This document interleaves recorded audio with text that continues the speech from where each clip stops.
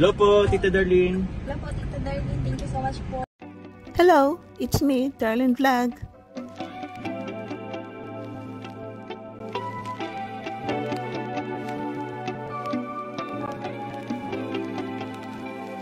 Hello mga kalingap, mga ka-Jomcar, it's me, Darlene Vlog. Nagbabalik for reaction dito sa Kalingap. Siyempre sa ating Jomcar. So meron tayong re-reactionan. Kung naalala po ninyo itong Kalingap Rob, kasama ang kanyang team, nag-outing with Kalingap Angels. Iilan ng Kalingap Angels sinama dahil ang iba ay may pasok. So siyempre kung naalala nyo po, napanood ninyo po, di ba may mga banding sila doon na volleyball. Meron silang surprise kay Kalingap Rob na cake na pagpapasalamat daw sa lahat ng effort ni Kalingap Rob at pagtulong sa kanila. At nung gabi na yon, itong mga Kalingap Angel is nag-gather, nag-share sila, siyempre nagkwentuhan. At ito si Bridget ay humingi, yung bagong Kalingap Angel na si Bridget, na bagong na-scout ata ito ni Mario, Coach Mario, na humingi ng tulong dahil yung lolo niya ay namatay. Tapos isa siyang ELM model.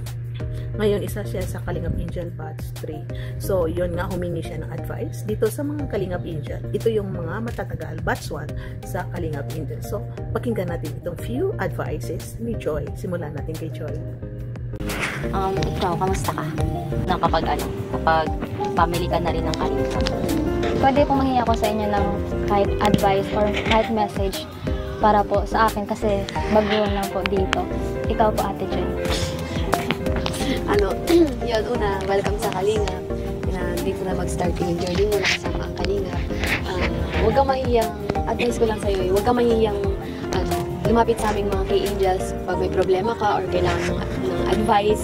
Lalo na kila Kuya Rob, kung may problema ka man, huwag kang mahihiya kasi pamilya tayo dito, one Kalingap, one family. Huwag mo rin isipin yung mga negative na sinasabi sa'yo, lalo na sa social media tayo. Siyempre hindi may iwasan may mga negative na mga tao na ida-down ka. Pero lagi mong iisipin na hindi ka naman nila kilala kasi ikaw naman sa sarili mo nakakilala sa'yo. At saka kahit na anong gawin mo, kahit na i-depend mo yung sarili mo. Pag sarado na yung isip ng mga basher, kahit na anong gawin mong tama, hindi na yung tama sa kanila.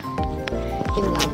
Tama po. Pag mayroon kayong mga problem, mga Kalingap, kung mayroon kayong mga problems, suliranin sa buhay, huwag kayo agad-agad tumakbo sa mga taong wala namang maitutulong sa inyo, walang maidudulot na help sa inyo, kundi lumapit na lang kayo kay Kalingap Rob.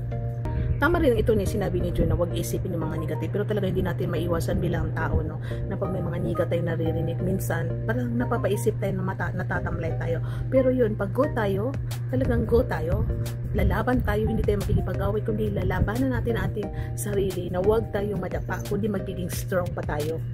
Lalo na itong mga basher, dinadown ka nila, no? So tama ito sabi ni Joy na huwag mo isipin hindi ka naman nila kilala, dahil kung gumawa tayo ng mabuti or masama, itong mga toxic mga basher na ito, kahit gumawa tayo ng mabuti, para sa kanila is hindi mabuti, niga pa rin sa kanila. So huwag nyo isipin itong mga niga na makakapabagsak sa inyo, gawin nyo silang motivation na para hindi maging down, kundi maging strong tayo.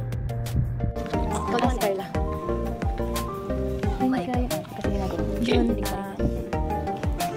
Ang gandang advice ni bago ka sa Kalingap, mag-create ng banding, maging close tayo kahit bago ka o luma ka sa Kalingap. Yung ihalo mo yung self mo sa kanila, huwag kang mahiya, isipin mo na magkakapantay kayo, lahat kayo anak ng Panginoon, lahat kayo yung beneficiary ni Kalingap Rob, para maging masaya, no? Katulad dito advice ni Carla. Ang ganda ng mga advice nila katitong mga Kalingap Angel, lahat nila pinagdadaanan yung hirap na napagdaanan nila. So kahit anong problema, nandiyan pa rin sila, mag-advise sila sa bawat isa, no? So ito, no, katulad ni Carla, sabi niya na pare-pare sila ng advice, andito lang kami Kalingap Angel, kung gusto mo na, kailangan mo ng kausap, kailangan mo ng karamay, o diba, itong mga Kalingap Angel is naging matured sila dito sa Kalingap na dahil exposed na sila sa social media, marunong na sila makipaghalubilo, marunong na sila, parang mentor na sila mag-advise sa kapwa Kalingap Angels. Since bago ka pa lang din, welcome dito sa Kalingap. Then gusto lang din namin na maging komportable ka sa amin. Then maging yung banding namin, create tayo ng madaming magagandang memories. Tsaka sana magkakasama pa rin tayo all throughout ng journey natin dito sa Kalingap. Then kami namang mga angels, parati namin sinasabi sa isa't isa is nandito lang din kami. Kapag may problema, tayo lang din naman yung magdadamayan. Tapos sila kuya, then parati naman nilang sinasabi na naandyan lang din sila. Kaya yun, sana marami pa tayong memories and bonding. Then parati din pinapaalala nila kuya sa amin na maging humble lang tayo. Then wag tayong magbabago kahit na ano man yung marating natin, kahit ano man yung saan man tayo makarating. Yun. Ito pag sabi ni Dara na safe tayo dito sa Kalingap, parang totoo yun kasi itong mga Kalingap boys, siguro aapiin kayo Kalingapin dyan, mayroong magloloko sa inyo, talagang ipaglalaban kayo ng mga Kalingap boys, no? Hindi kayo pababayaan ng mga kuya ninyo, lalo na ito si Kuya Pa, ito si Kalingap Rob. Tama yung sabi ni Dara, no? Na safe kayo pag nasa Kalingap, mamahalin kayo, papaligayahin kayo, tutulungan kayo, pinabahayan kayo, at hanggang ngayon may sponsor pa kayo, di ba po? Welcome sa Kalingap. Kasi kapag kasama mo ang Kalingap, safe na safe ka talaga. Kapag kasama mo kami, mga Kalingap boys and Kalingap angels. Kumbaga pag nasa Kalingap tayo, yung mga pangarap natin pwede natin maabot. Tulad ng mga pinapagawaan tayo ng mga bahay, gano'n. Yun lang. At mas madami ka pang makukuwang opportunity dito sa Kalingap. Katulad doon ni Krista, tama, bago lang siya sa Kalingap, no? Bata pa siya, marunong din siya mag-advise na yung first time doon sa Kalingap, parang na-feel niya na very welcome siya, mahal na mahal siya ng Kalingap.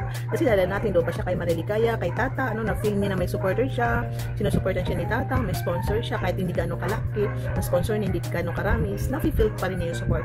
Lalo na itong si Kalingap Rob na nag-vlog sa kanya. Dumami ang nagmamahal kay Krista, sumuporta, maraming regalo, financial, nakakaipon na siya, o diba? Very welcome ang na-feel ni Krista dito sa Kalingap na super saya niya, masayang-masaya siya.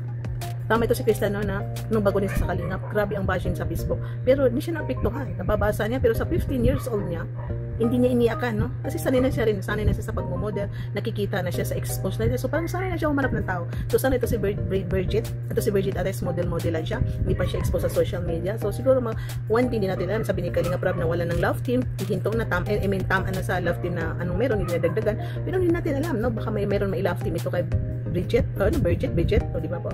So hindi natin alam anong future nito ni Bridget sa Kalingap na simple tutulungan siya ni Kalingap Rob, model din siya ng ELM. So mapabahayan siya kung ano ba ang future nito sa Kalingap. So harapin mo na lang Bridget ang bashing dito sa Kalingap na sabi mo kaya ko to. Tapos siyempre sabayan mo ng dasal. Welcome po sa Kalingap. Although bago lang din po ako at ayun, unang nakasama ko ang Kalingap. Talagang mararamdaman mo na hindi ka nag-iisa. Talagang kadamay mo sila. Bukod sa matutulungan kanila, mas marami kang lesson na matututunan.